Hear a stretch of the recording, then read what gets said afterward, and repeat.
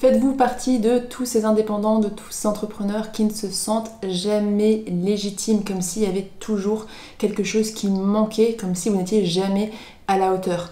Vous avez beau savoir que votre accompagnement, que ce que vous vendez est utile, vous avez beau être formé, continuez à vous former, multipliez même parfois les formations, vous avez l'impression que vous ne faites jamais assez bien. Et dès qu'il s'agit d'expliquer ce que vous faites, de publier sur les réseaux sociaux, de vous présenter, de prospecter, vous vous sentez toujours mal à l'aise.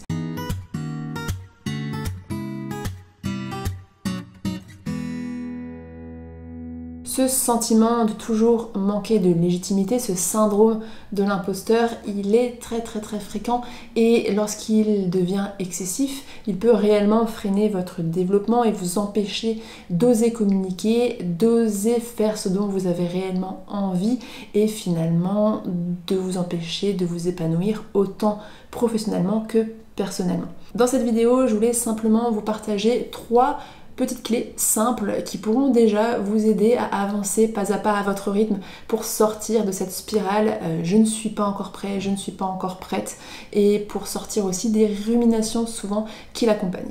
Mon premier point, c'est de se dire que ce sentiment de manque de légitimité, ce syndrome de l'imposteur, vous le ressentez, vous le vivez et il ne s'en ira peut-être jamais, il va falloir l'accepter. Ça peut vous paraître étrange, mais c'est vrai que quand on a pris conscience de ce syndrome de l'imposteur, qu'on sait le reconnaître, on peut pas se laisser abattre, mais se sentir frustré quand on sent qu'il revient toujours. On a beau se dire, cette fois-ci j'y vais, je vais me former à ces compétences, je vais faire telle ou telle amélioration, etc. Ça me permettra de me sentir plus légitime et ensuite je pourrai passer à l'action. Et ce qui se passe bien souvent, c'est que malgré ce qu'on fait en plus, une fois qu'on a terminé ce qu'on pensait qui allait changer la situation, on ne se sent pas plus légitime qu'avant. Parce que la réalité, c'est que le syndrome de l'imposteur, il ne se guérit pas vraiment une fois pour toutes.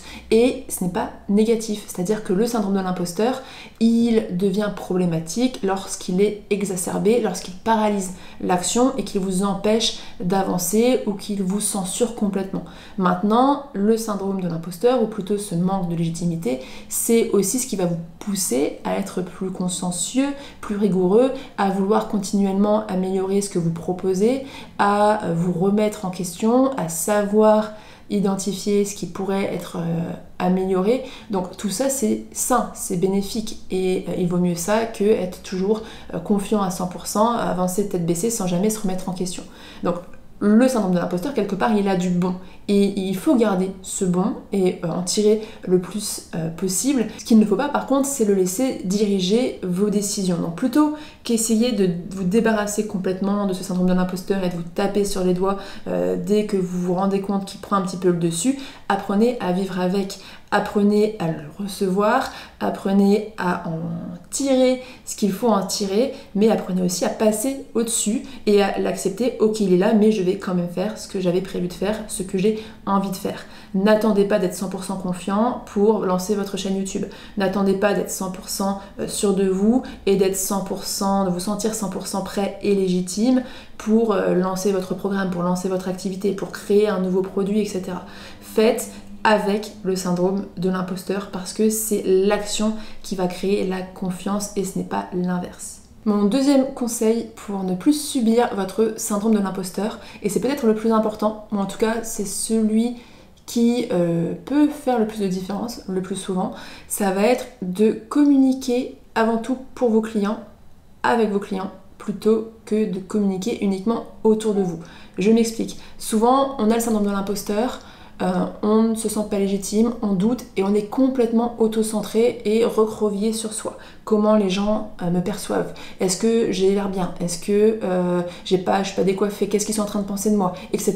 On est uniquement en train de penser à la perception que les autres ont de nous et donc lorsqu'on est dans une situation de vente ou lorsqu'on doit présenter son activité, lorsqu'on essaye de chercher des clients, de prospecter, peu importe, on est finalement quelque part dans un monologue, ou en tout cas on essaye tellement de parler de soi, de convaincre les autres de notre valeur, qu'on est légitime, qu'on en fait trop et qu'on parle que de soi. Si vous ramenez toujours la communication à vous, forcément la pression monte. Alors que si vous vous décentrez un petit peu, vous prenez du recul et vous vous souvenez que communiquer, que faire du marketing, que vendre, c'est avant tout créer une connexion, c'est avant tout un échange. Vous vous souvenez qu'il y a quelqu'un en face de vous et que ce n'est pas un monologue. Et dans ce cas-là, on s'intéresse avant tout à la personne en face de soi.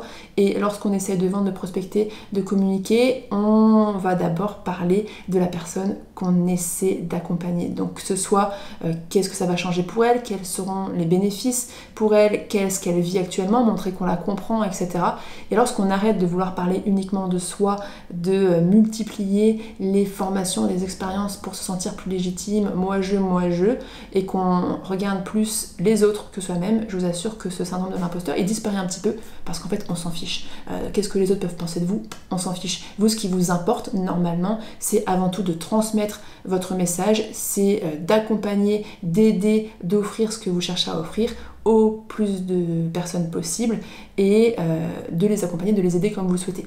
Donc c'est ça votre mission. Donc si vous vous recentrez là-dessus, plutôt que rester concentré sur vous, je vous assure que la pression elle disparaît et qu'on se prend beaucoup moins la tête. Donc replacez votre communication dans une logique de service, vous verrez que c'est beaucoup plus fluide et souvenez-vous que vous n'êtes pas là pour briller mais que vous êtes là pour transmettre, pour partager, vous verrez que ça vous savez déjà le faire.